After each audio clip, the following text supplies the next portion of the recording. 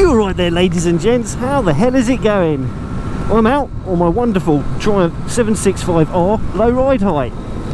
Now I've had this bike a little while now, so I thought it was about time that I gave you the 3 things I love about this bike and 3 things I don't. Now the things that I don't are just my opinion, so yeah, don't get butthurt.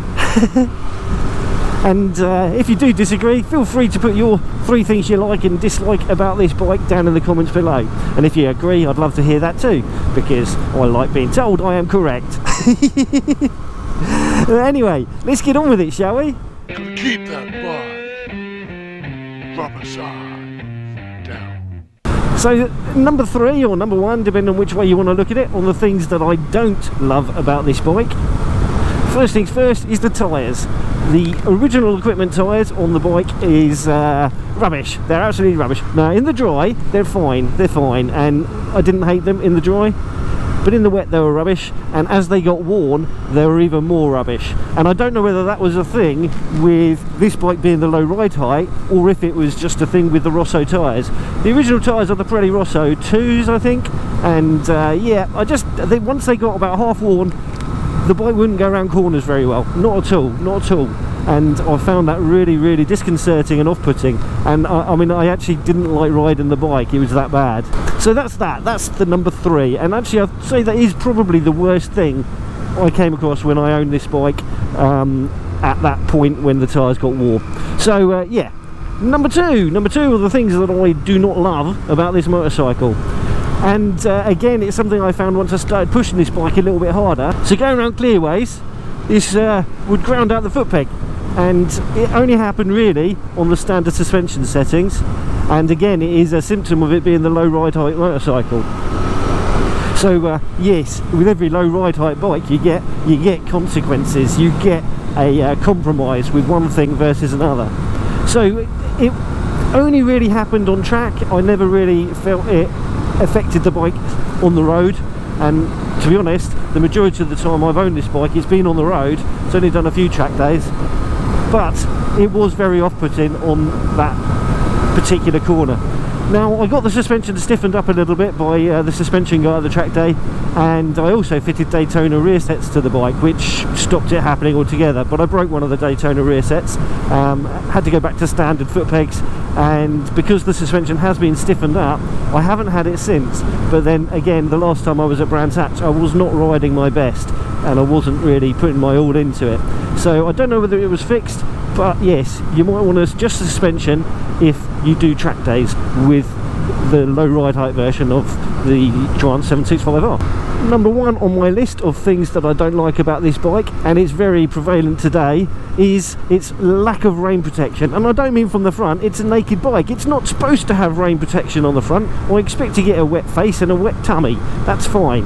But what I don't expect to get is roost up my backside and all over my back. It's so bad that even my ruckers get soaked through from the back first. Yes, the original tail on the Triumph 765R is rubbish. I know it's all fashion that they make them the way they do, but I really dislike it. I actually want motorcycle manufacturers to go back to making bikes that are actually slightly practical. So I realise that not everyone takes their bikes out in the wet, and it's not a problem for everyone. And I know you can put a tail tidy on, which does fix the issue a little bit, but blimey, construction and use rules are irrelevant when manufacturers make the tail tidy so impractical. It's a token gesture just to get through the legal loopholes and all that sort of stuff. A mudguard should be just that, a mudguard. If however you then want to chop it down, that's down to you, that's up to you what you do then it's you making it impractical. So yes, the 3 things I'm not too lovely about on this motorcycle are pretty straightforward. The standard tyres,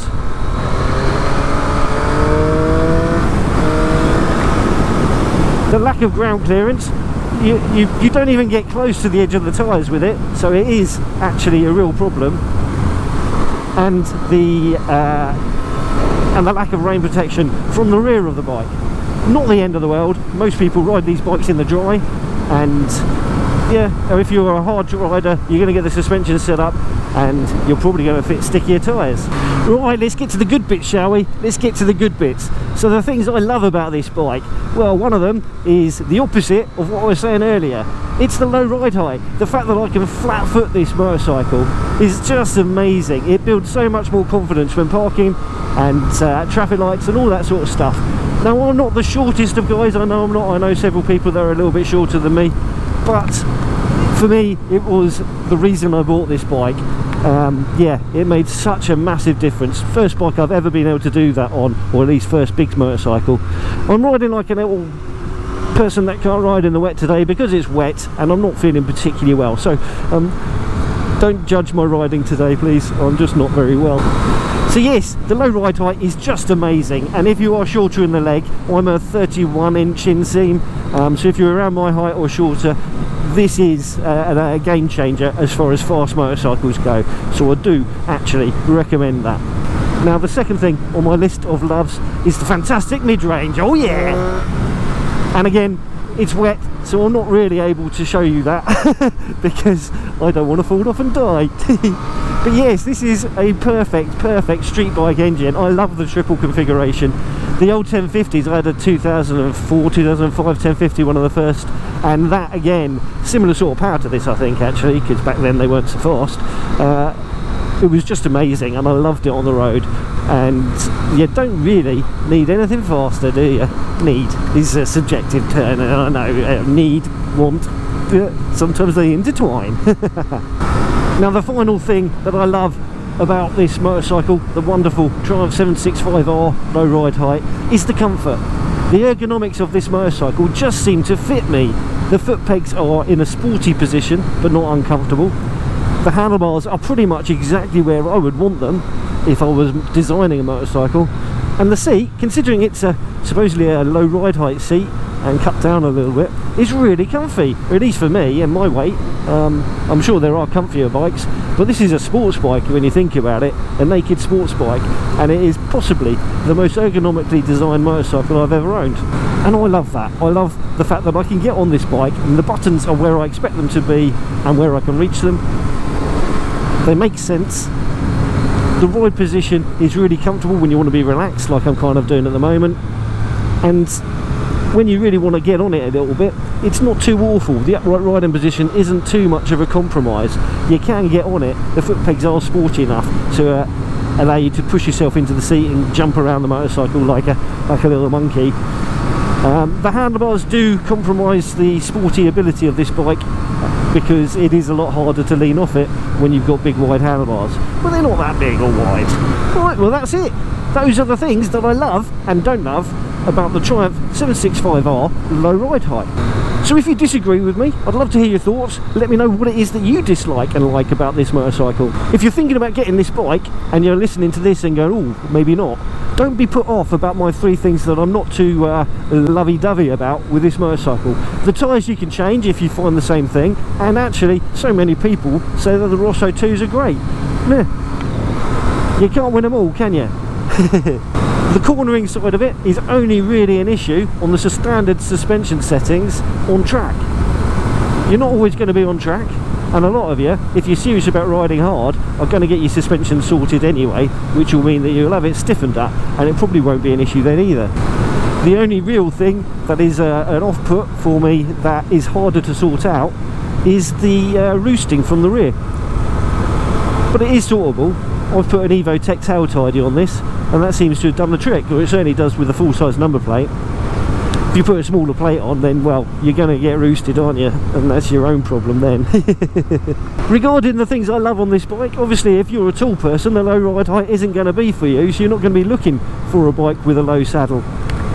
But, yeah, do think about the Triumph 765, especially the R version. It's a cracking bike. The full height one will fit you. Depending on how tall you are, that is. Right, that's it, it's all done. I've gone through the things I like and the things I don't about this wonderful little motorcycle.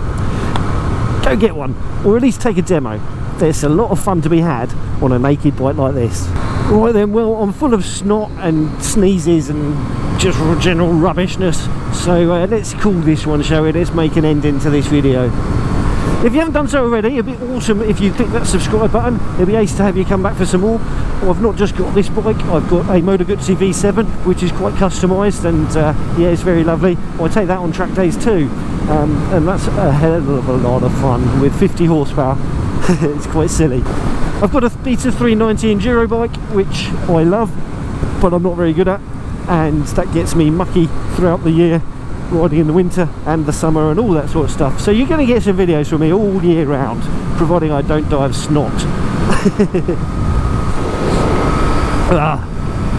Alright, if you like this video, if you like Triumphs, if you like the 765, if you like Pirelli Rossos, if you like a good biscuit, whatever, give this video a thumbs up. And if you don't, and you smell a cabbage and wee, or you disagree with me about anything I've said here, you can always give it a little thumbs down. I don't mind, I don't care, whatever's misses. But whatever you do, please do drop in a comment. I love hearing from you, I love interacting, and I will make every effort to answer every question or comment that you make. Yeah. Right, let's get out of here. You ride safe. Take care, and I shall catch you all in the next one. Bye bye for now. Keep that rubber side down. You know, you gotta keep that bike rubber side down.